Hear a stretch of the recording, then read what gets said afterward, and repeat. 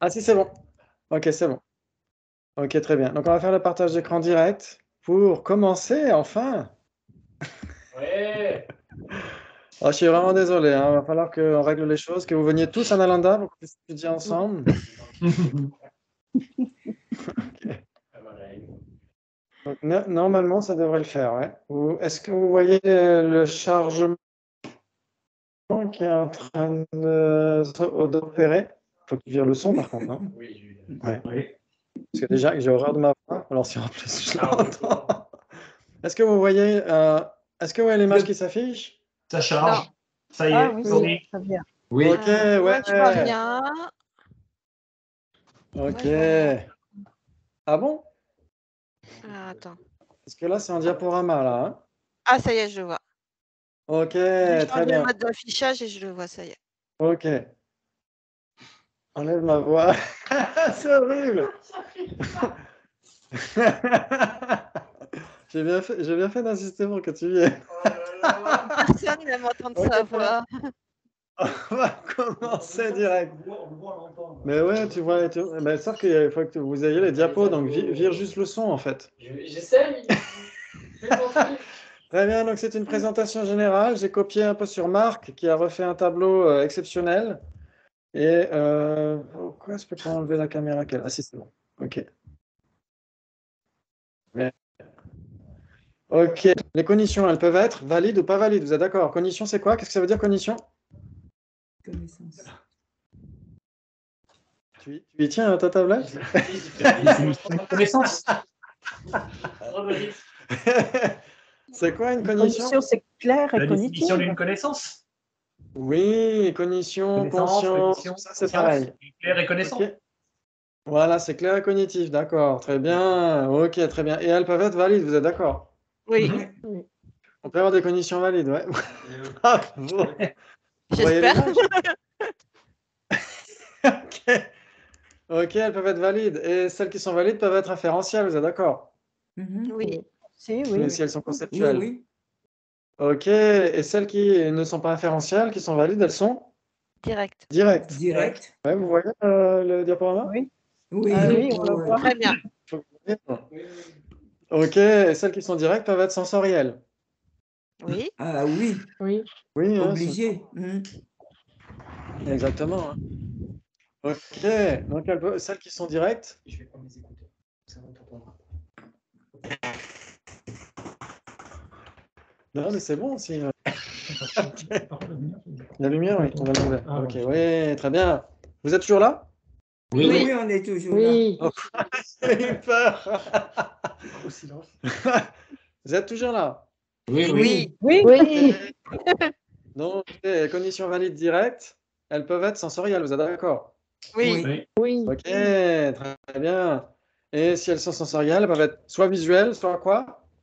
Auditive, Auditive, Et soit quoi? gustative, gustative, tactile, gustative, Olfactive. Oui, Olfactive, oui. gustative. et Soit sensorielle. Tactile. tactile. Ok, très bien. Donc ça veut dire que ce sont les 5 divisions des sensorielles directes. Si c'est sensoriel, c'est nécessairement direct, ouais. Oui. Ok, très bien. Donc ces 5 sensorielles peuvent être valides, vous êtes d'accord? Mhm.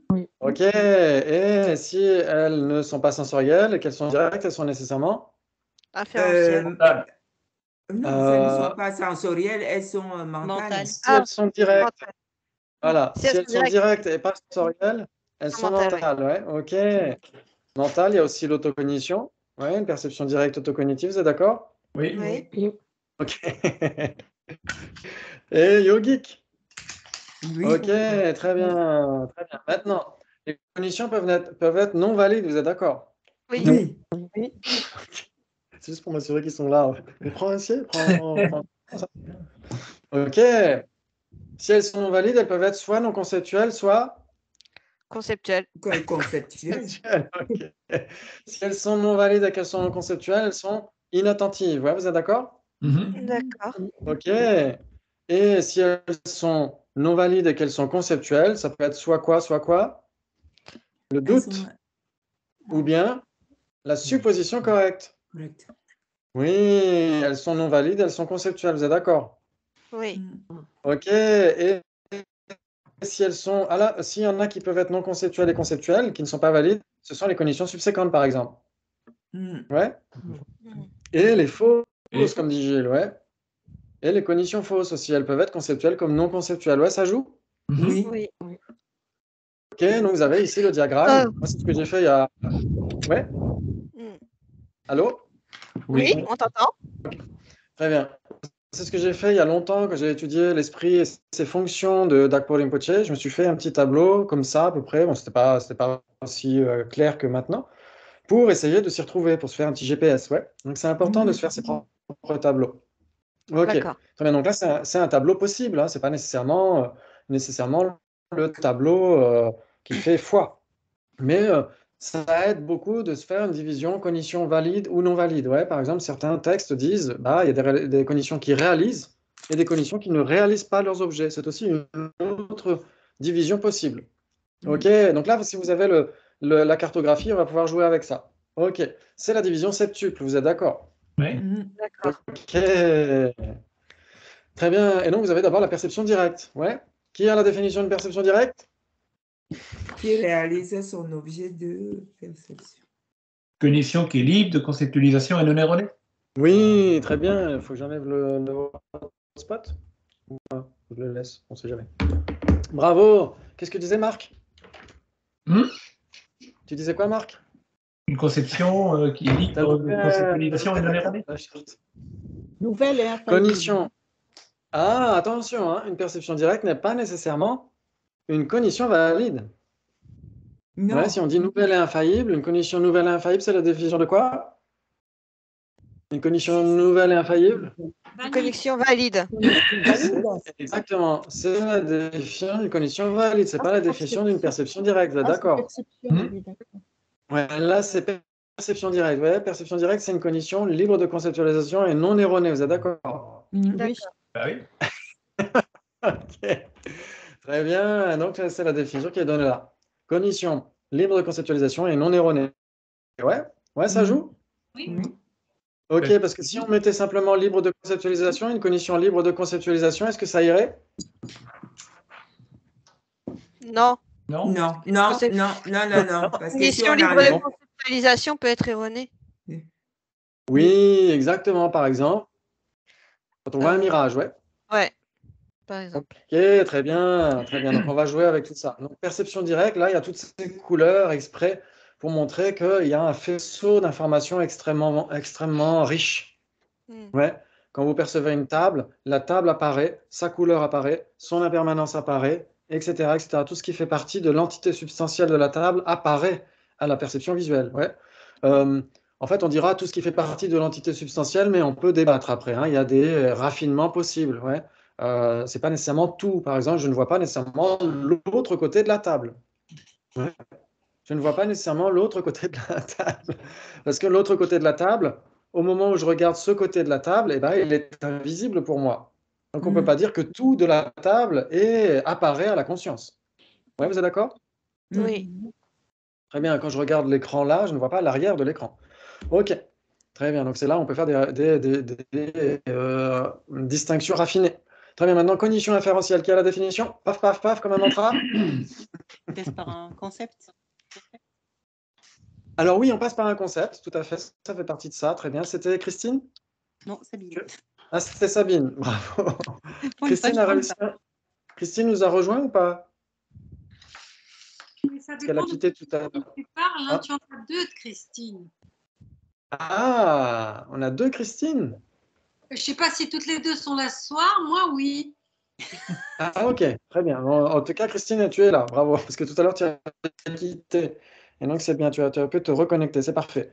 Et donc, Sabine disait, en effet, il y a un concept dans la cognition inférentielle. Vous êtes d'accord? Ouais. On passe par un concept. Qui a la définition alors?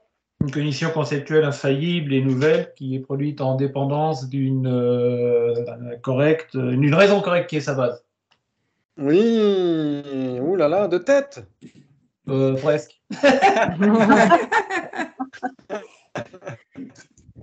Ok, très bien. Une cognition conceptuelle, on pourrait dire une cognition idéale. C'est encore mieux. C'est le vénérable Tenzin Idéal. Dorje qui a trouvé. Idéal. Ouais, c'est encore mieux. Si vous regardez dans le dictionnaire, dans les synonymes de conceptuel, il y a idéal comme une idée. Mais Ouais. elle, à la fin, idéal, ça c'est vraiment génial. J'ai pas osé la jouer à FPT, on n'a pas, ça n'a pas été accepté, mais c'est quand même tentant. Une condition idéale, nouvelle et infaillible ou conceptuelle, ça va très bien. Condition conceptuelle, nouvelle et infaillible. Pourquoi? Parce que c'est une condition valide.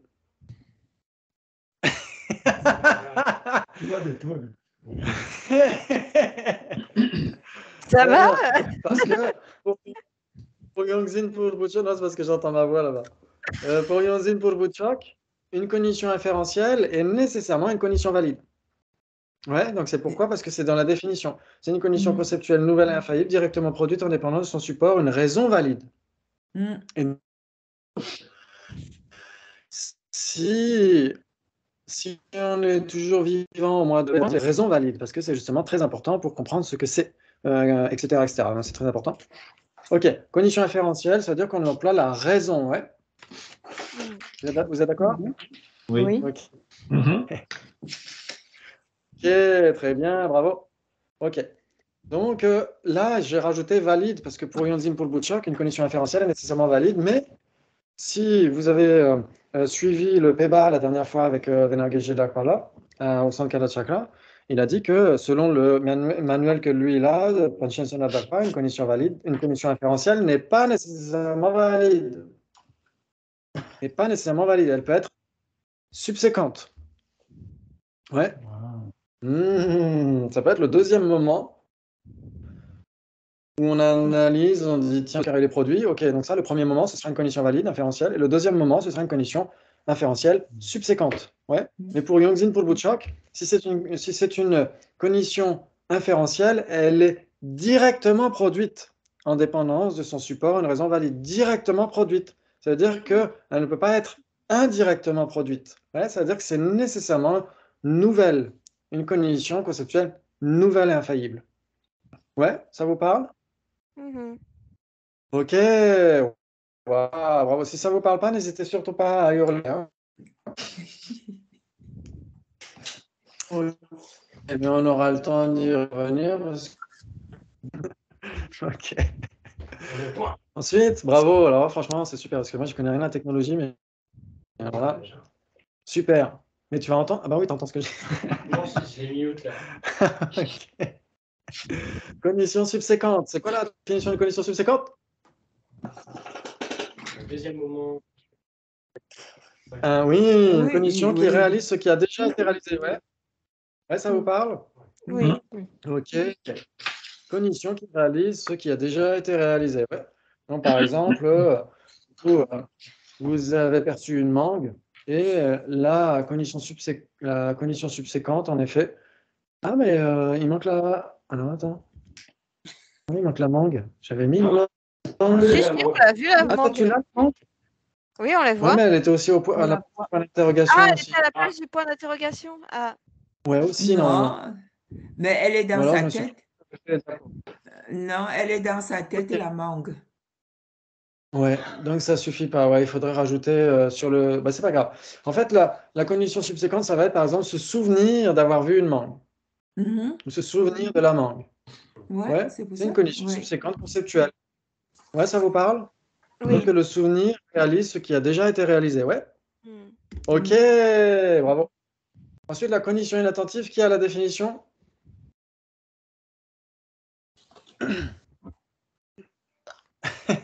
Et on voit des choses, mais on ne s'en rappelle pas en fait.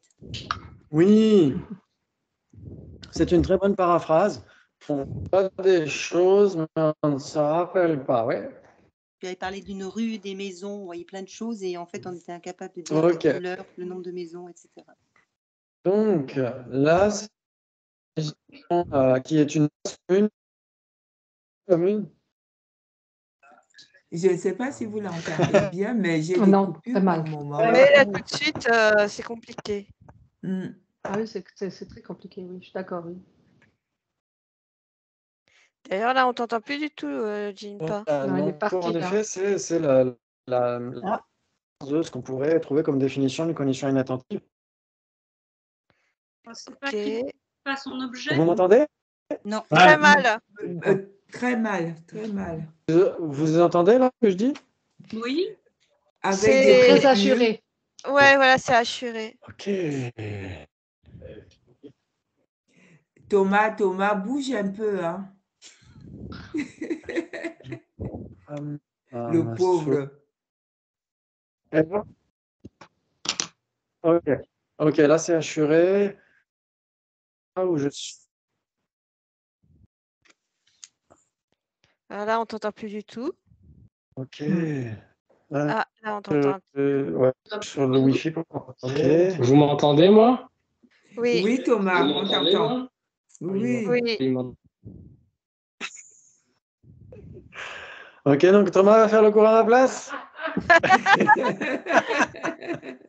Ginpa, tu parles dans le micro de Thomas et puis ça ira bien.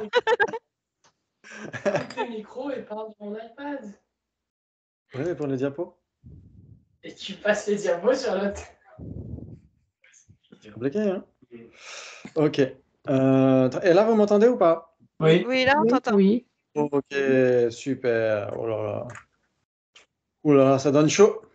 Ok. Donc, le partage d'écran marche toujours normalement. Ouais, vous voyez là normalement, non? Oui. Mais non, Non. Enfin, voit on voit nos pas les collègues. diapos, mais on voit ton Ah, écran. voilà. Ah, ça y est. Ok, ça charge. Ok, ça charge. Ok, très bien, ça charge. Ok. Donc, on a dit, une base commune, c'est quoi? Une base... Est-ce que vous m'entendez? Oui. Oui. Ok. Qui sait ce qu'est une base commune? Quelque chose qui puisse être à la fois A et B. Ouais. Oui, voilà, exactement. Une base commune, c'est un existant qui est à la fois un phénomène et un autre phénomène. Ouais. Ouais. Ok, c'est tout à fait ça. Donc, une cognition inattentive, c'est une cognition qui est une base commune entre deux phénomènes. Ouais. Ce qui a d'une part l'apparence claire de son objet d'engagement, un phénomène spécifiquement caractérisé. Donc là, c'est assez coton, hein, on va expliquer. Donc, d'une part, c'est ce qui a l'apparence claire de son objet d'engagement, un impermanent. Un phénomène spécifiquement caractérisé, c'est un impermanent. Et d'un autre côté, qui est incapable d'induire une certitude au regard de son objet d'engagement, ce phénomène impermanent. Ouais? Ok. Très bien. Donc, l'apparence claire, qu'est-ce que ça veut dire? Acharya Dharmakirti, il dit ça littéralement, il dit l'apparence claire, c'est pour une conscience non conceptuelle. Une conscience non conceptuelle, il y a l'apparence claire de quelque chose. Ouais? Ok, l'apparence claire, ça veut dire qu'il n'y a pas de généralité de sens. Il n'y a pas de concept dans cette conscience. Ouais? Ouais, ça parle à tout le monde? Ok, très bien. Et donc, l'apparence claire d'un objet d'engagement. L'objet d'engagement, vous le savez, la dernière fois, on a fait les comparatifs entre cognition fausse, cognition erronée, etc. Ouais, l'objet d'engagement, c'est quoi? Pour Kelubje, il définit l'objet d'engagement d'une cognition valide. Il va dire c'est ce phénomène qui existe tel qu'il est certifié par la cognition valide. Ouais. Ouais, un phénomène qui existe tel qu'il est déterminé par une cognition valide. Ouais, ok. Donc c'est l'objet d'engagement, c'est l'objet vers lequel s'oriente notre conscience. Ouais. L'objet vers lequel s'engage notre conscience. Ouais. Oui. Ouais, ça vous parle? Oui. C'est facile. Oui. Ok, très bien. Et donc là, ce phénomène spécifiquement caractérisé, c'est pour, chez les Sautrantika, un phénomène spécifiquement caractérisé, c'est un impermanent, c'est une chose produite. Ouais, c'est une vérité ultime. Ok. Donc, c'est-à-dire que ça doit exister. Est-ce que vous pourriez avoir des non-existants qui sont des phénomènes spécifiquement caractérisés? Non. Non. Si on dit déjà un non existant, on ne peut pas avoir des caractéristiques. Ben non, un non-existant, ça peut pas être permanent. Oui. Ouais. Non, existant. Ok, qui est d'accord pour dire qu'un phénomène spécifiquement caractérisé est nécessairement un existant? J'accepte. Ok, je vais pas l'enlever. Il est nécessairement un existant parce que? Parce que c'est un impermanent et qu'un impermanent est nécessairement un existant. Parce qu'un impermanent est nécessairement un existant. On ne peut pas avoir un non-existant qui change d'instant en instant, vous êtes d'accord? Oui. Une corne de lapin ne peut pas changer d'instant en instant, parce qu'elle n'existe pas. Pour changer d'instant en instant, il faut exister, vous êtes d'accord? Oui. Donc ça veut dire que là, une cognition inattentive a nécessairement un existant comme objet d'engagement. C'est ça que ça veut dire. Et elle est non conceptuelle. C'est ça que ça veut dire, l'apparence claire. Ouais? Donc ça, c'est la première partie, le numéro 1. Et ensuite, le numéro 2, c'est facile. Incapable d'induire une certitude au regard de son objet d'engagement. Ce phénomène spécifiquement caractérisé, ouais. Oui. Une certitude. Une certitude, ça veut dire quoi? C'est n'y est pas en tibétain. Ça veut dire certifier, ça veut dire trancher les surimpositions, éliminer les surimpositions, ouais. Ouais. C'est ce que dit Acharya Dharmakirti, ouais. N'y est pas dans ni jodoi, ne ja ne nuochir, ouais. Il dit que là, ah ça y est, ça s'est enlevé le truc noir. Il dit que la conscience certifiante, la certification et l'esprit qui surimpose sont l'un ce qui terrasse et l'autre ce qui est terrassé. Ouais, ça vous parle? Donc la certification, c'est ce qui élimine les surimpositions. Ouais, et la cognition inattentive, elle n'a pas la capacité d'éliminer les surimpositions. Ouais, par exemple, vous avez la peau de banane par terre. Ok, elle apparaît dans le champ visuel, mais on est occupé ailleurs, on est occupé dans nos pensées, etc. Donc la peau de banane est un existant. Elle entre dans le champ sensoriel, mais le champ sensoriel, la conscience visuelle, n'a pas la capacité d'induire une certification au regard de cet objet d'engagement, ouais? Oui. Waouh, bravo! Vous êtes déjà des experts en épistémologie bouddhiste. Supposition correcte. Qui a la définition de supposition correcte? Oui, exactement, elle est factuelle. Ouais. Supposition correcte sur Google. Une peau de banane qu'on ne s'identifie pas. C'est une supposition qui s'avère être juste. Oui, c'est une supposition qui s'avère être juste. Vous vous souvenez de cet exemple? Vous avez la montre cassée à 4 heures, vous regardez 4 heures, l'heure oui. à 4 heures, ouais. Oui. Et donc, si on vous demande quelle heure est-il, et que votre montre est arrêtée à 4 heures et que vous regardez l'heure à 4 heures, vous dites il est 4 heures, vous êtes d'accord? Oui. Est-ce que c'est une cognition valide? Non. Non. Est-ce que c'est totalement à côté de la plaque? Non plus. Non plus. Donc, c'est une supposition correcte. Ouais, ok. Donc, la définition, c'est cognition conceptuelle factuellement concordante qui est faillible au regard de la détermination de son objet. On pourrait dire au regard de l'adhésion à son objet. Ouais. Ouais.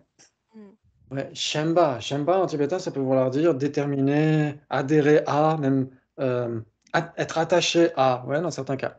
Ok. Très bien. Une cognition conceptuelle factuellement concordante, donc on est en accord avec la réalité, mais c'est faillible au regard de la détermination de son objet. Si on nous demande comment tu sais qu'il est 4 heures, là vous allez dire regarde ma montre. Et la personne va dire oui, mais elle est toujours à 4 heures, alors que ça fait déjà il y a 5 minutes que tu disais qu'elle était 4 heures. Donc c'est faillible au regard de la détermination de son objet. Vous êtes d'accord? Oui. Ok. Donc là, on voit les 7 divisions de l'esprit. Oui, exactement. C'est magnifique. Par exemple, tu dis c'était pas d'existence inhérente, Oui. pas pour la bonne raison. Quoi. Exactement, tu pourrais dire, alors pour les Sautrantika, il y a une existence inhérente, donc ce ne serait pas une supposition correcte de dire il n'y en a pas. Mais par exemple, il n'y a pas de soi autosuffisant et substantiel, et on n'a pas nécessairement de raison pour ça. Donc là, j'ai bien mis la mangue, donc je ne me suis pas trompé en fait. Ok, par exemple, la personne, elle devine, ok, qu'est-ce qu'il y a sur le papier? Une mangue. En effet, elle est en accord avec la réalité, vous êtes d'accord, mais elle ne sait pas pourquoi. C'est juste, c'est bonne pioche, tout simplement. Ok, très bien. Ça valait la peine que je fasse cette mangue. Elle est passée 2 secondes sur l'écran. Très bien, et le doute? Le doute, qui a la définition du doute? Cognition qui a des incertitudes et qui est partagée entre 2 points. Oui, exactement.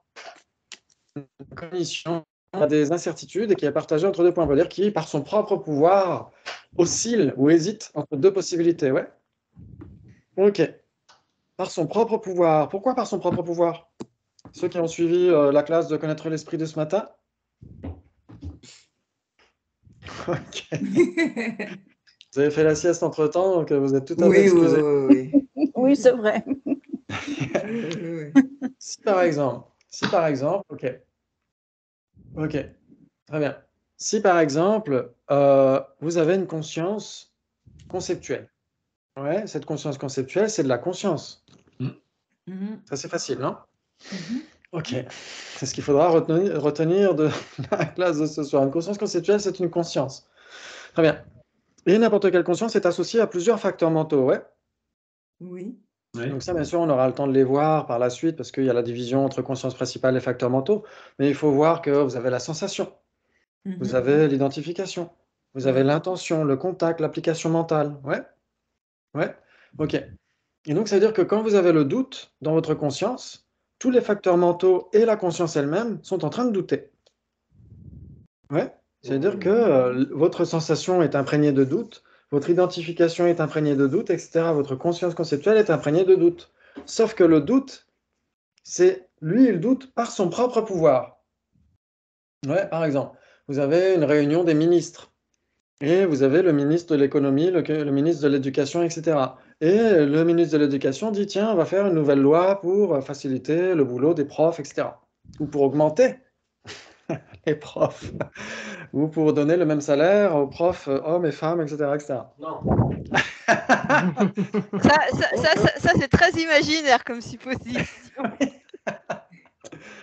On peut toujours rêver. Très bien. Donc, le Conseil des ministres écoute la proposition du ministre de l'Éducation et le gouvernement, dans son ensemble, suit cette règle donnée par le ministre de l'Éducation. C'est le ministre de l'Éducation qui a décidé ça. Mais comme tout le monde est d'accord, eh ben, tout le monde va faire la même chose que ce qu'a dit le ministre. Le ministre de l'Économie va dire, OK, on va donner des sous, etc. etc. Ouais. OK. Donc, c'est-à-dire que le doute, il fait douter la conscience conceptuelle elle-même, mais aussi tous les facteurs mentaux qui sont associés à cette conscience mentale. Mais le doute lui-même, c'est son boulot de douter. C'est par son propre pouvoir. Ouais, le ministre de l'Éducation, il décide un truc pour l'éducation, pas pour l'écologie ou pas pour autre chose. Ouais. On parle. Donc, c'est par le pouvoir du ministre de l'Éducation qu'une règle du ministère de l'Éducation a été effectuée. Et là, c'est le doute par son propre pouvoir. Il doute. Alors que la sensation qui est dans la conscience conceptuelle, etc., elle doute, mais par le pouvoir du doute, pas par son propre pouvoir. Ouais. Ok, c'est juste pour ça qu'il est marqué par son propre pouvoir. Rangtop qui, en tibétain, ouais, Rangtop qui. Ok. Eh bien, donc il y a des doutes qui sont égaux. Il y a des doutes qui tendent vers le factuel, des doutes qui tendent vers le non factuel, etc., etc. Ouais. Donc on aura le temps de jouer avec tout ça, bien sûr, c'est très important. Et le doute est très important. Là, on parle du doute comme étant tetsom en tibétain. Ouais.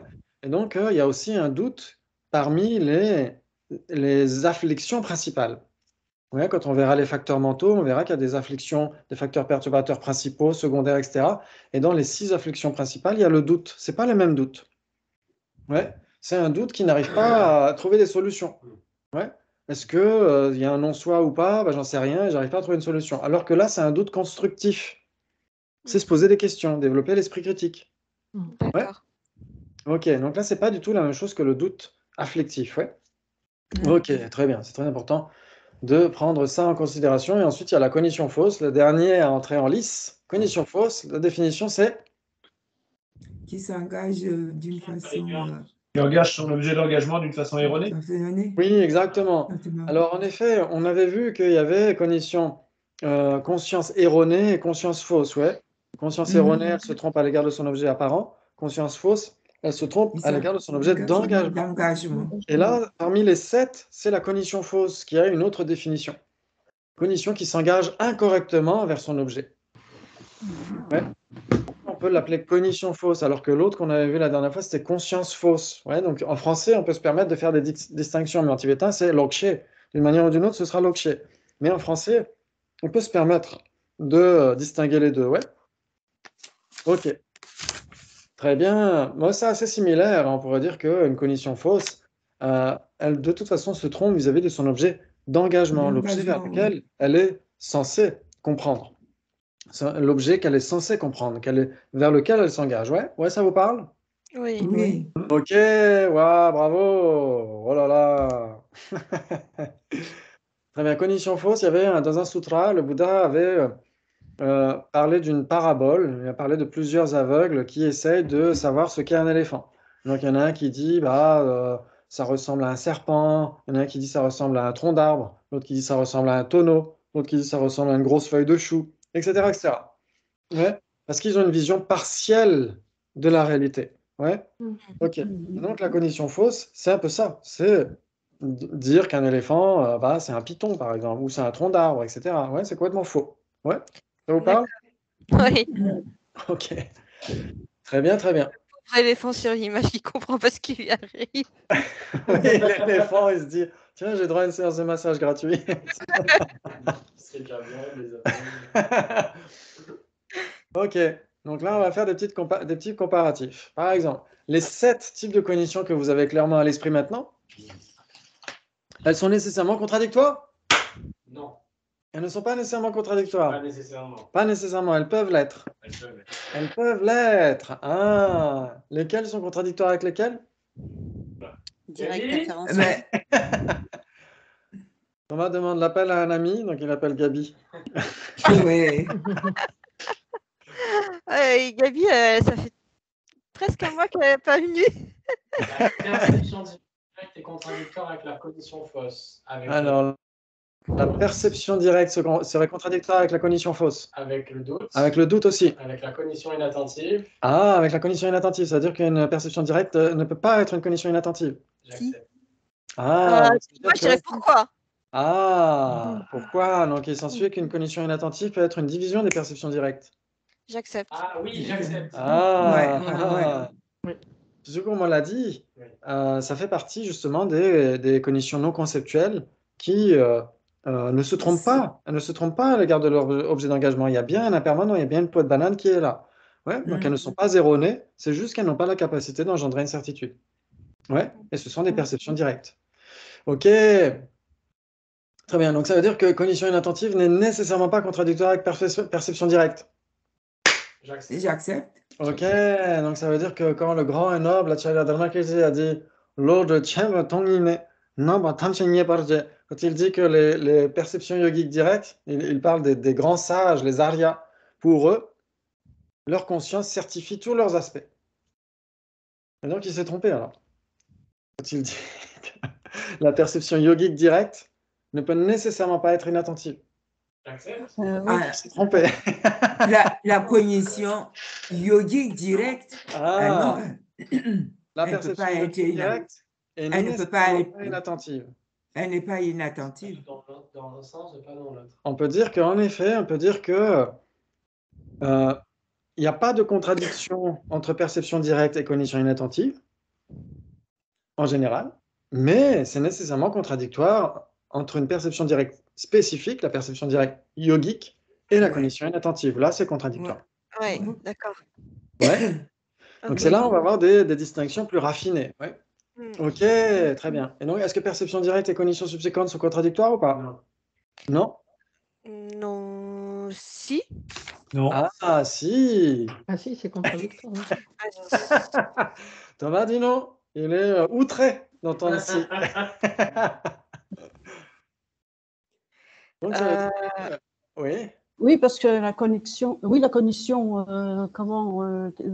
subséquente, c'est des souvenirs, des choses comme ça. Ok, donc ça veut dire qu'une cognition subséquente. Alors, c'est vrai que pour Kedubje et pour Jamyang Sheba et aussi pour Panchen Sonadjapa, il semble que ce soit le cas. Quand Geshe Dragpala a donné le Péba la dernière fois, il a dit qu'une cognition subséquente, c'était conceptuel. C'est une conscience mémorielle.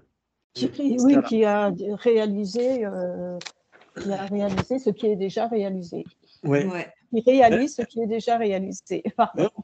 On pourrait dire le deuxième moment, une perception visuelle qui appréhende une fleur, réalise ce qui vient d'être réalisé. Et c'est aussi une cognition subséquente, non? Et pourtant, elle est non conceptuelle. Mais Elle est non conceptuelle. est-ce que au moment du deuxième moment d'une conscience visuelle qui réalise une fleur, Oui. est-ce que on n'a pas déjà le concept qui vient se mêler Oui. Alors, on pourrait penser à la fleur après l'avoir vue, pendant qu'on la voit, même avant de la voir. Ouais, Dire, tiens, je vais voir des fleurs, je vais aller au jardin des Martels et tout, il va y avoir les fleurs et tout. Et après, on va les voir en vrai, ouais. Donc, mais il n'empêche que la perception visuelle elle-même, qui appréhende la fleur au deuxième moment, c'est une perception directe. Et elle n'est plus valide, elle est Ah oui. subséquente. Donc, pour Yonzin Purbuchok, une cognition subséquente n'est pas nécessairement conceptuelle. Donc, c'est là d'accord. où on verra que d'un texte à l'autre, il y a des différences. Ouais. Ok. Donc chez nous, chez Yonzin Purbuchok, enfin chez nous, parce qu'on l'étudie à la FMT en général, mais Après, on peut accepter aussi ce que disent les autres, hein. Mais si on dit qu'en effet, c'est une cognition qui réalise ce qui a déjà été réalisé, ça veut dire que le second moment d'une perception directe valide, d'une perception directe n'est plus valide. Elle devient une cognition subséquente, ouais. Elle est non conceptuelle. Donc ça veut dire que cognition subséquente et perception directe ne sont pas nécessairement contradictoires. D'accord. Deuxième moment, une perception directe. Il n'y a pas de deuxième moment d'une perception directe. Ben non, parce que tout change d'instant en instant. Tout change d'instant en instant. Et forcément instantané. Elle est nécessairement instantanée, donc la perception directe est nécessairement inattentive. On ne peut rien réaliser alors. Non, instantané dans le sens. Instantané, ça veut dire qu'il change d'instant en instant, donc un instant infinitésimal ne peut rien réaliser. Ben, là, Parce par qu'il est trop exemple, rapide. si j'ai une perception directe de la table, si je la regarde dans 5 minutes, j'aurai une perception directe d'une. De la D'une nouvelle. autre table. D'une autre table. Oui, d'une autre table. Mais on pourrait dire que, puisqu'on parle des instants infinitésimaux, la table qui est la cause de ta conscience visuelle, appréhendant la table, vu que c'est sa cause, elle cesse au moment où tu appréhendes la table. Donc tu es en train d'appréhender un non-existant. Non. Ils sont simultanés. Exactement. On Ils ne peut sont pas simultanés. réaliser des instants infinitésimaux. Ça, c'est très important. Ce que dit Thomas, c'est un disciple de Acharya Dharmotara, Thomas. Acharya Dharmotara qui dit, qu'est-ce qu'il dit? Ngunsungi troparjawa yangyunni no kechimani tropa minupechiro. Il dit que l'objet d'obtention d'une perception directe est nécessairement un continuum. L'objet d'obtention d'une perception directe est nécessairement un continuum. Pourquoi? Parce qu'un instant infinitésimal n'a pas cette capacité d'être certifié. Ça, c'est magnifique, ça. Ouais. Ok. Et ils ne sont pas simultanés. L'objet et cette conscience. Nécessairement pas. Alors, on pourrait dire d'une certaine manière, on pourrait dire que le continuum de la table et le continuum de la perception visuelle de la table coexistent. Ouais, exact. Donc, ouais, ils coexistent. Mais chaque moment de la table qui est la cause de chaque moment de conscience qui appréhende la table ne peut nécessairement pas coexister avec cet instant de conscience. Parce qu'il en est la cause. Ouais, c'est pour ça qu'on avait parlé de l'aspect une fois dernière. Ok, bravo, bravo. Donc on va essayer de jouer encore avec ça. Est-ce qu'on a encore du temps? J'espère. Oui. Ouh la vache. Oh, ça passe vite. Très bien. En même temps, on a commencé plus tard à cause des problèmes de connexion. Quelle conscience réalise parmi toutes ces consciences? La conscience mentale. Alors, on va essayer d'y aller progressivement. Est-ce que la perception directe réalise son objet? Oui. Oui, bien sûr. Nécessairement. Oui. Donc, une perception directe ne peut pas être inattentive. Si. Donc, elle ne réalise pas nécessairement son objet. Elle ne réalise pas, elle peut réaliser, mais elle ne réalise pas nécessairement son objet. Donc, on peut mettre oui et non. Oui, mais. Oui, mais. Parce qu'une perception directe inattentive ne réalise pas son objet. Ouais, vous êtes d'accord? Est-ce qu'une cognition inférentielle réalise son objet? Oui. Oui, mais pas directement. Mais pas directement. Ok. Mais elle le réalise.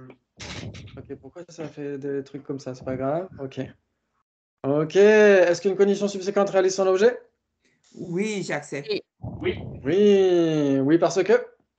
Mais parce que c'est de la mémoire. Parce qu'elle réalise ce qui a déjà été réalisé. Ouais.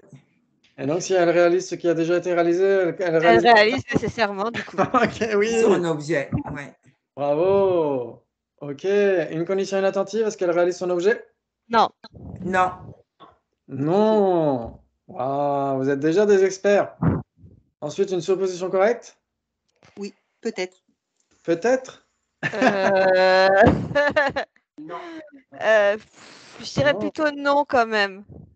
Et non, en effet, elle ne réalise pas son objet. Elle est factuellement concordante, c'est ça qu'il faut garder. Elle est factuellement concordante, mais elle ne réalise pas son objet. Ouais. Elle est faillible au regard de la détermination de son objet. Faillible, c'est le contraire de infaillible. Il faudra retenir ça aussi de ce soir. Faillible, c'est le contraire d'infaillible. Infaillible, ça veut dire qu'il réalise son objet. Ouais. Ouais. Ok. Ouais. C'est ce que dit Acharya Dharmakirti. Ouais. Tsema lume chensheba dunjenu parnebani. Ouais. Tsema lume chensheba. La cognition valide est une conscience qui est infaillible. Ouais. Ok. Donc ça veut dire qu'il réalise son objet. Très bien. Ok. Donc la supposition correcte ne réalise pas son objet. Vous êtes d'accord? Oui. Ok. Le doute. Est-ce que le doute réalise son objet? J'ai envie de dire oui. Ah oui. Non aussi. Non, moi je dirais non, parce que comme il est assis sur les deux choses, il ne sait pas très bien, donc il ne réalise pas encore. Bah oui, c'est un état d'esprit incertain, oui. Donc, en même temps, pour pouvoir hésiter entre deux choses, il faut quand même avoir une perception, une idée claire en fait de ce que sont ces deux choses. Ok. Pour pouvoir douter efficacement, il faut quand même avoir une bonne assise. Mais le doute est sous le pouvoir du doute. Ça, il faudra le garder aussi comme résumé, comme point clé de ce soir. Le doute, qu'est-ce que tu as dit, Thomas? Le doute est sous le pouvoir du doute. Le doute est sous le pouvoir du doute. Ça, il faut le garder aussi. Par son propre pouvoir. Ouais. Donc le doute, en fait, s'il était au fait de l'objet en question, il ne pourrait pas douter. Ben oui. Ça veut dire que si on sait que cette table a une couleur orange, on ne va pas douter. Tiens, est-ce que c'est orange? Est-ce que c'est jaune clair? Jaune foncé, rouge clair, etc. Non, on ne doute pas, ouais. Ouais. Mais si on doute, c'est justement qu'on n'a pas tranché toutes les surimpositions. D'accord. Ouais. Très bien. Donc le doute ne réalise pas son objet. Sinon, justement, il ne douterait pas. Ouais, il n'oscillerait pas ou n'hésiterait pas. Ok, la cognition fausse, c'est facile. Ben non. Non pour les Sautrantika, mais Yeshek Bhakpala a dit la dernière fois, pour les Prasangika, même une cognition fausse réalise son objet. C'est magnifique ça. Mais elle le réalise de manière erronée. Elle le réalise pas nécessairement de manière erronée, parce que elle réalise nécessairement son objet apparent ou son objet, tout simplement, ouais, pour les Prasangika. C'est ça qui est chouette. Ouais, par exemple, ok, on va laisser les Prasangika pour l'instant. Très bien. Donc, celles qui réalisent nécessairement sont les deux mentionnées ici. Vous êtes d'accord? Oui. Une cognition inférentielle, elle est valide, elle réalise son objet. Une cognition subséquente réalise ce qui a déjà été réalisé, donc elle réalise son objet. Parce que c'est les deux cognitions qui ne sont pas des cognitions directes. Ah ouais, la cognition subséquente ne peut pas être directe. Qui ne sont pas des perceptions directes. Ah ouais, la cognition subséquente ne peut pas être une perception directe. Mais elle perçoit directement son objet mental. Alors pour Kedoujie, c'est nécessairement un souvenir, mais comme on a dit tout à l'heure, le second moment, une perception visuelle qui réalise la table, c'est encore une perception directe. Ouais. Et pourtant, c'est subséquent. Ouais. Ok, bravo, bravo, bravo. Et celle qui peut réaliser son objet, la perception directe. Ouais. Si elle est valide. Si elle est valide ou subséquente. Ok, ça joue? Si on divise les deux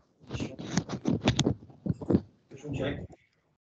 Ah oui, exactement. Si on divise, si on dit il y a deux types de cognitions valides, à ce moment-là, il faut dire cognition valide directe ou cognition valide inférentielle. Ouais. Dans ce cas-là, il faut spécifier. Soit on dit perception directe valide, soit on dit cognition valide directe. Ça revient au même. Ouais. Ok, très bien, bravo.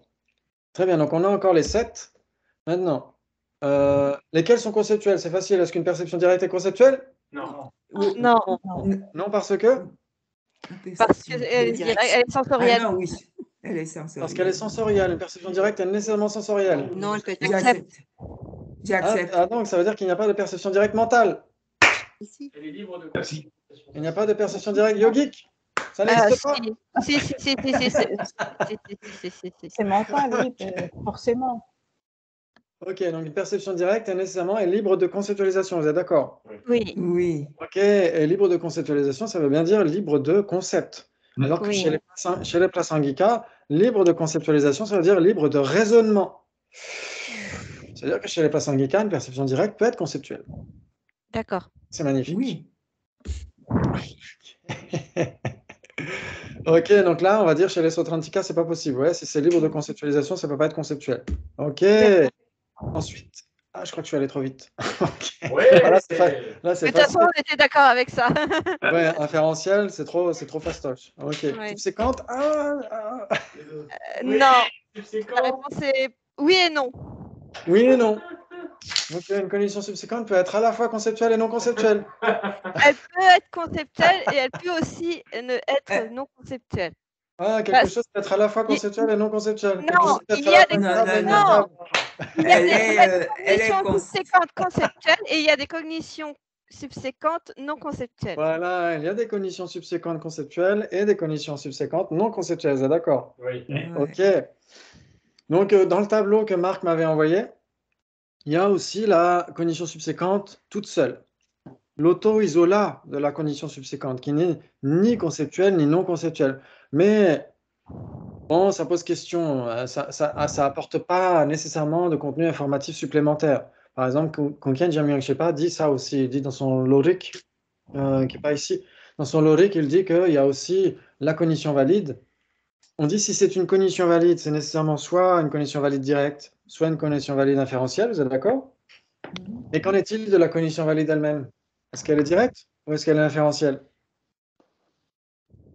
La cognition, Elle est juste elle est directe? Elle est juste valide. Donc elle est ni l'un ni l'autre. Donc on se trompe quand on dit si c'est une condition valide, c'est Non, nécessairement non, non, soit une elle est condition valide valide. directe, soit une condition valide inférentielle. Il y a un troisième type de condition valide. Donc ça pose question, c'est l'auto-isolat de la cognition valide. Mais on pourrait se dire pour la forme, on dit la forme est soit une forme interne, soit une forme externe, ouais. Mais forme elle-même, est-ce qu'elle est interne ou externe? Non, ni l'un ni l'autre. Ni l'un Et ni les l'autre. deux à la fois. Les deux à la Ou fois. les deux à la fois. Donc ça mérite d'être débattu, ouais. Ok. Donc là, la condition subséquente, comme on a dit, certaines sont conceptuelles, vous êtes d'accord? Oui. Et certaines sont. Non conceptuelles. Voilà. Certaines sont non conceptuelles, certaines sont conceptuelles. Ouais, ok. Très bien. Condition inattentive? Non Non. conceptuelle. Non conceptuelle. Vous Non êtes sûr? conceptuel, ouais. Ok. Ah très bah oui, parce bien. qu'elle réalise son objet Ah bon? tout Une de condition suite. inattentive réalise son. Elle ne réalise Elle ne pas, mais réalise elle rien l'a du vu. tout, Non, justement. non, elle réalise quand même, mais elle se trompe, Ah bon? elle Elle ne sait pas très réalise? bien. Ah, une condition inattentive réalise alors. Donc elle est capable d'engendrer une certitude. Donc quand le grand. Non, elle n'engendre pas une la certitude. définition? Elle réalise la peau de banane, mais elle ne sait pas si c'est vraiment. Elle réalise la certitude qu'elle n'a rien réalisé. Elle ne Voilà. réalise pas la condition inattentive. Je ne sais qu'une chose, c'est que je ne sais rien.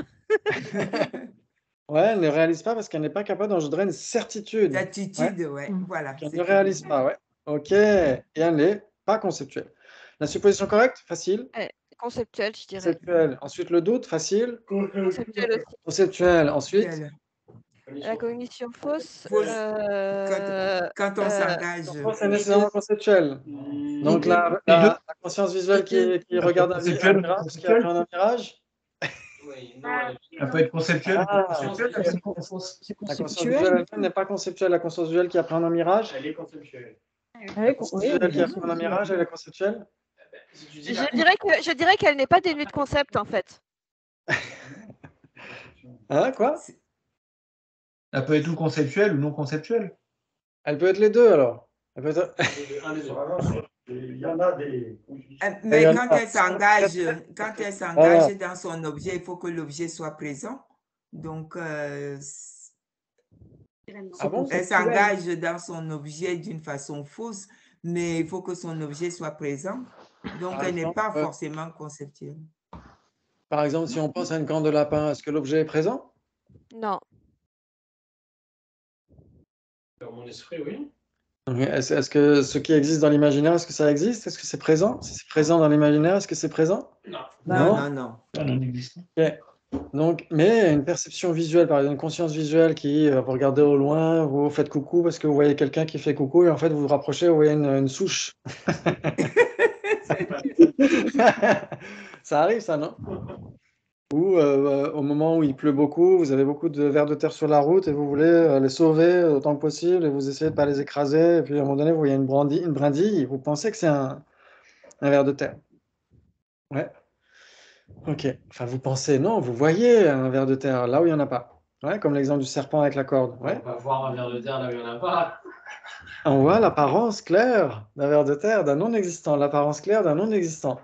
Et donc l'apparence claire d'un non-existant, c'est une condition fausse, non conceptuelle. D'accord. Ouais. T'as essayé de me piéger. Mais c'est bien. Il faut, je cherche des gens qui vont me remplacer. Parce que- Ah oui, alors je peux très bien mourir maintenant. Donc Ok. c'est bien à la fois conceptuel et non conceptuel. Et donc en fait, Ah, moi. Quoi. on ne peut pas vraiment dire que la condition fausse soit à la fois conceptuelle et non conceptuelle, mais certaines conditions fausses sont conceptuelles, certaines conditions fausses sont non conceptuelles, ouais. Parce qu'une condition fausse ne peut pas être à la fois conceptuelle et non conceptuelle. Comme disait Alfred de Musset, il faut bien qu'une porte soit ouverte ou fermée. Ok, très bien. Donc les consciences conceptuelles les consciences qui sont nécessairement conceptuelles, cognition inférentielle, supposition correcte et doute, vous êtes d'accord? Oui. Ok, et celles qui peuvent l'être parmi les... Cognition subséquente, Voilà, inattentive. oui, Non, mais non. Cognition pas subséquente inattentive. et fausse. Subséquente et fausse. Subséquente et fausse, ouais, ça joue?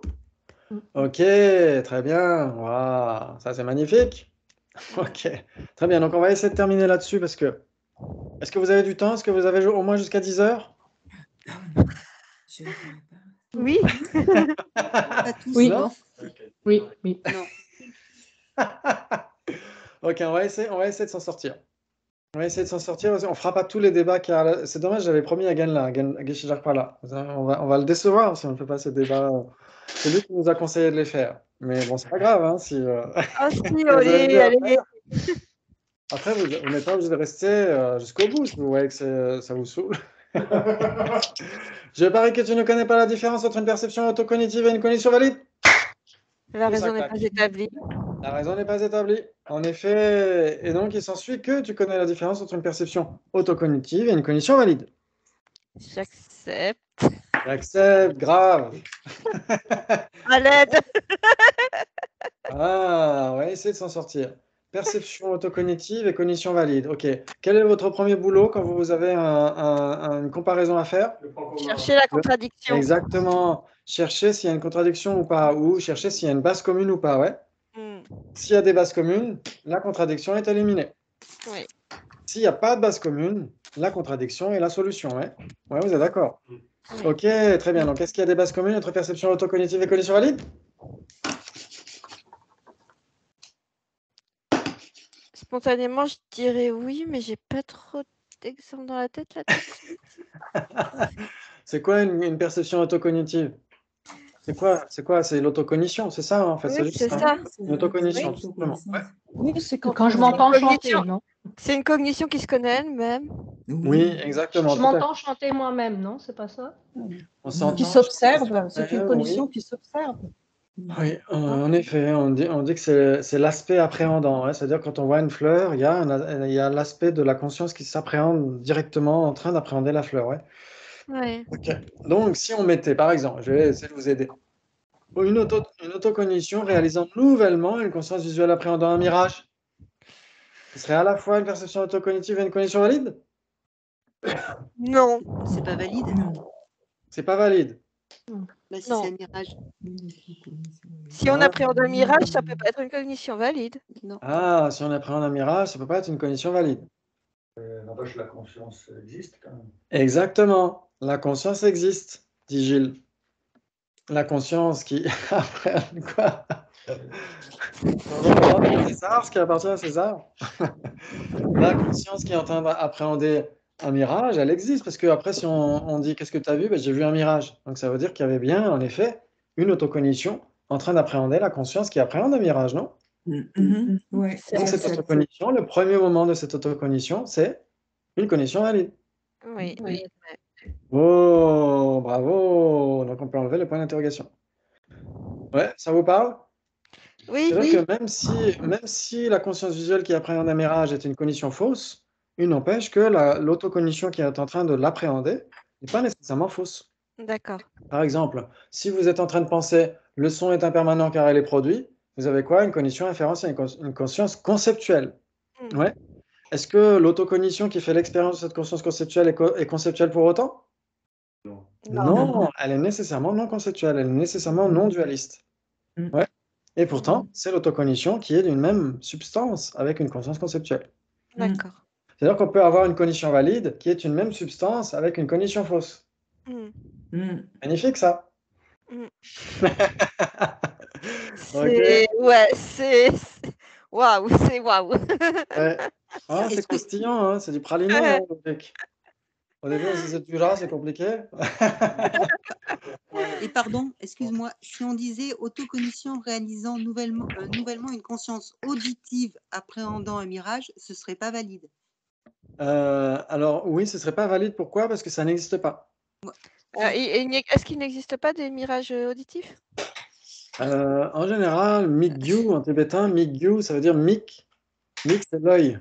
Ouais, quand on dit mirage en tibétain, Migyu, ça veut dire c'est une hallucination visuelle. Ouais. Mais si Parce que les hallucinations auditives existent aussi, hein, c'est pour ça. Ça existe aussi, tout à fait. Ouais, si on disait par exemple, je sais pas moi, un écho, ouais, exactement. Oui, c'est ce que je Quand dis, on a un écho. on a l'impression que c'est quelqu'un qui parle, etc. Ouais. Est-ce que si on a une cognition, est-ce qu'on a une perception d'un mirage et qu'on a une perception autocognitive, donc je sais que je vois un mirage, est-ce que ça devient une cognition valide? Exactement, c'est ce principe-là. Ça veut dire qu'on a une conscience visuelle. Ça veut dire que si... Oui, c'est tout à fait ce qui est écrit là, ouais. Okay. Et c'est bien, ça montre que tu... Je suis pas... Il n'est pas trop tard pour que tu comprennes ce que tu es en train de lire. Ça, c'est méchant. Non, mais ça montre que je suis pas du tout... Mais il a l'habitude, Thomas. Exactement, bravo. Très bien, donc ça veut dire qu'en effet, une cognition valide peut être une même entité avec une cognition fausse. Ouais, la conscience visuelle appréhendant un mirage, c'est une cognition fausse. Et pourtant, l'autocognition qui en fait l'expérience est en train d'être une cognition valide, au premier moment qu'il réalise cette conscience. Ouais. Ok, maintenant, est-ce qu'on pourrait avoir une autocognition qui ne serait pas une cognition valide? C'est facile. Bah, je dirais non, moi. Ah. Mais oui, est-ce que... Oui, on peut, selon Thomas. Par exemple j'entends une voix et puis le premier moment, je me dis c'est une voix et le deuxième moment, je me dis ah mais non, c'est pas une voix. Alors là, oui, mais est-ce que c'est pas une perception autocognitive, ça? Oui, là, c'est une perception, là. On dit ce n'est pas une voix, etc. C'est conceptuel, ouais. Du coup, je vois un gâteau au chocolat qui a l'air attirant et je suis au fait que le gâteau au chocolat n'est pas attirant. Et j'ai faim. Ok. Donc l'autocognition est nécessairement non dualiste, non conceptuelle. Ouais. Ok. Et donc, elle est en train d'observer en temps réel la conscience en train de percevoir, penser, etc. etc. Ouais. Ok.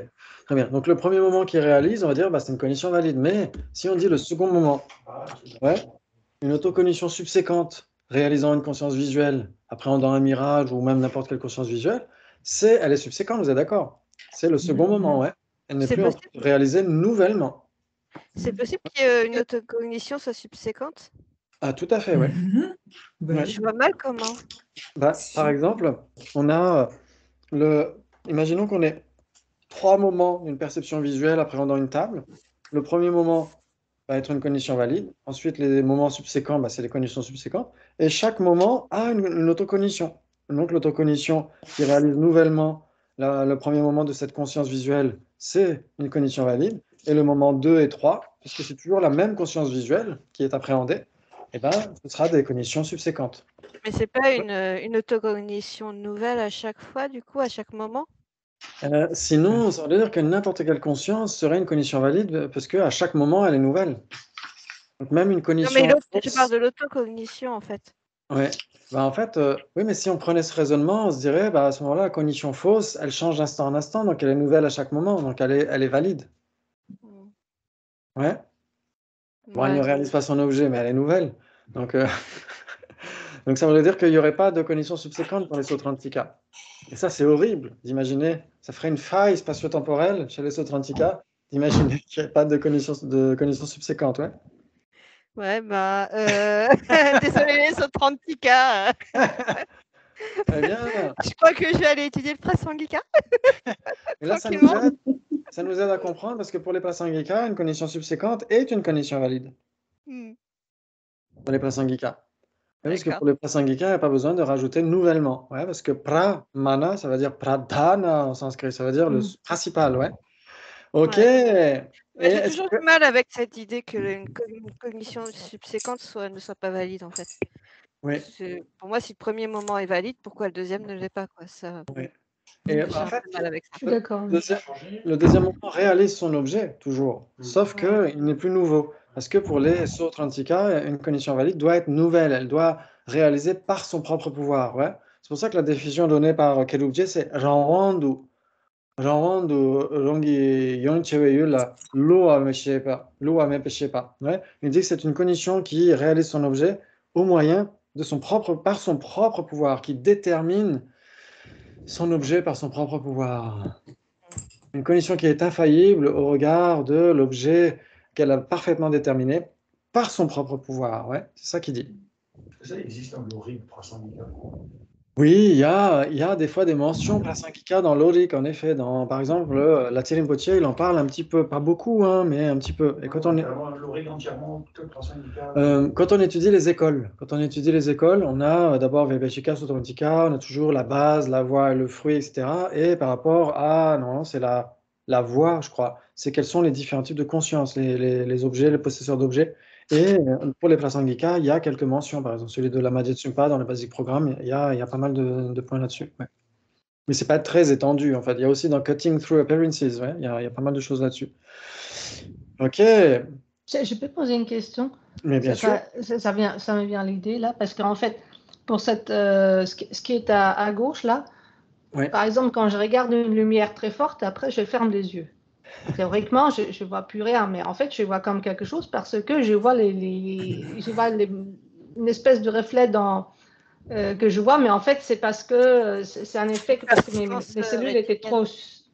Voilà. Et donc, du coup, dans ce cas-là, je ne vois pas quelque chose de réel, mais je peux quand même regarder. Donc, je me vois regarder, mais quelque chose qui n'existait pas parce que c'est juste l'effet de la lumière qui reste dans mes yeux, quoi, en fait. Ouais, c'est le même principe que le mirage, ouais. Ouais. Donc, dans ce cas-là, ça sera aussi là. C'est la même idée. Ouais, okay. Oui, c'est la même idée, tout à fait, ouais, exactement. Ouais. Okay. Ou si on rapproche les deux yeux, au lieu de voir une lune, on en voit deux. Et donc, il n'y a pas deux lunes, il n'y en a qu'une, c'est le même principe, ouais, tout à fait. Exactement. Ok. Très bien, super. Et donc, est-ce qu'on peut avoir une condition valide qui ne serait pas une perception autocognitive? Ben oui. Facile, non? Ben oui. C'est quoi? Oui, on peut. La conscience visuelle appréhendant la peau de banane avant qu'on marche dessus. Par exemple, appréhendant ou réalisant? Réalisant nouvellement la peau de banane qui se présente devant nous sur le trottoir. Exactement. Parce que si elle ne fait que l'appréhender, ça ne suffirait pas, ouais. Donc, conscience visuelle réalisant nouvellement un cercle, par exemple, ouais. Ok, et donc elle réalise nouvellement. Donc, c'est une cognition valide, bravo. Et donc, on va terminer là-dessus maintenant. Parmi les cognitions, hein, parce que si c'est aucune des deux, c'est facile, une table. Parmi les cognitions, lesquelles ne seraient ni perception autocognitive ni cognition valide? Un doute. Le doute, par exemple. Ouais. Qu'est-ce que j'ai mis? J'ai mis supposition correcte ou quoi? Qu'est-ce que j'ai mis? Tada! Supposition correcte. Supposition correcte! Bravo Thomas, Bravo. t'as fait une supposition correcte. Oui, tu as fait une supposition correcte. Et donc, une supposition. J'ai pas donné la réponse. Et donc, ça veut dire qu'il y a combien de possibilités entre perception autocognitive et cognition valide? 4. 4 possibilités. Waouh, c'est magnifique. Et donc, la prochaine fois, j'espère qu'on aurait le temps, ou à moins qu'on fasse ça pendant les classes de révision de dimanche, on essaiera de voir la différence qu'il y a. Alors, qu'est-ce que j'ai mis avant On le fera pas ce soir parce que vous êtes déjà fatigué. Je parie que tu ne connais pas la différence entre une conscience qui a l'apparence claire d'un non-existant et une perception directe. Donc, on La verra raison ça n'est pas établie. certainement dimanche pour les basiques programmeurs. Mais oui. Et l'autre, c'est je parie que je ne connais pas la différence entre une conscience qui a l'apparence claire d'un non-existant et une cognition inattentive. Ok. La raison n'est pas établie. On Ah, verra elle est ça. intéressante celle-là. Ok, bravo. Et c'est là qu'on entend la musique des Looney Tunes.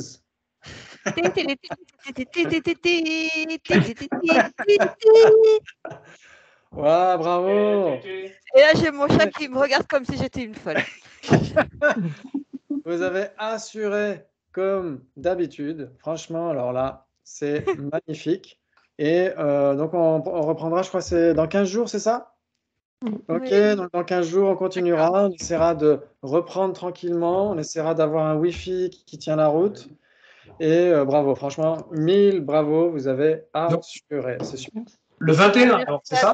Normalement, c'est le 21, je crois. Oui, tout à Merci fait. les auteurs. Merci beaucoup. Je te redis ça, et sinon je vous reconfirmerai s'il y a des changements de date, mais normalement, ça devrait être le 21. Ok, comme ça me permet le temps que ça se déconnecte. Oui, en effet, c'est le 21, débat à 20h30. Bravo, bravo. Merci à tous. À bientôt. Merci à toi. Merci. Pour le- Au revoir. Au revoir. Merci, vous avez assuré, c'est super. Bravo, bravo. Et je couperai bien sûr la vidéo à la fin parce que ça ne veut pas se déconnecter. Ouais, bon, je vais fermer l'ordinateur. Ciao.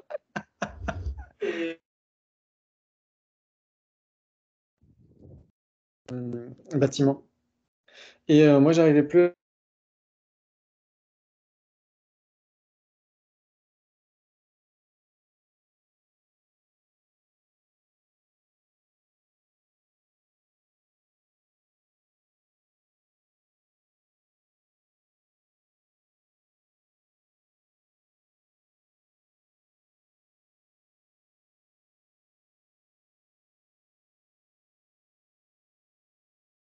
Oh, alors là, vous avez vraiment assuré.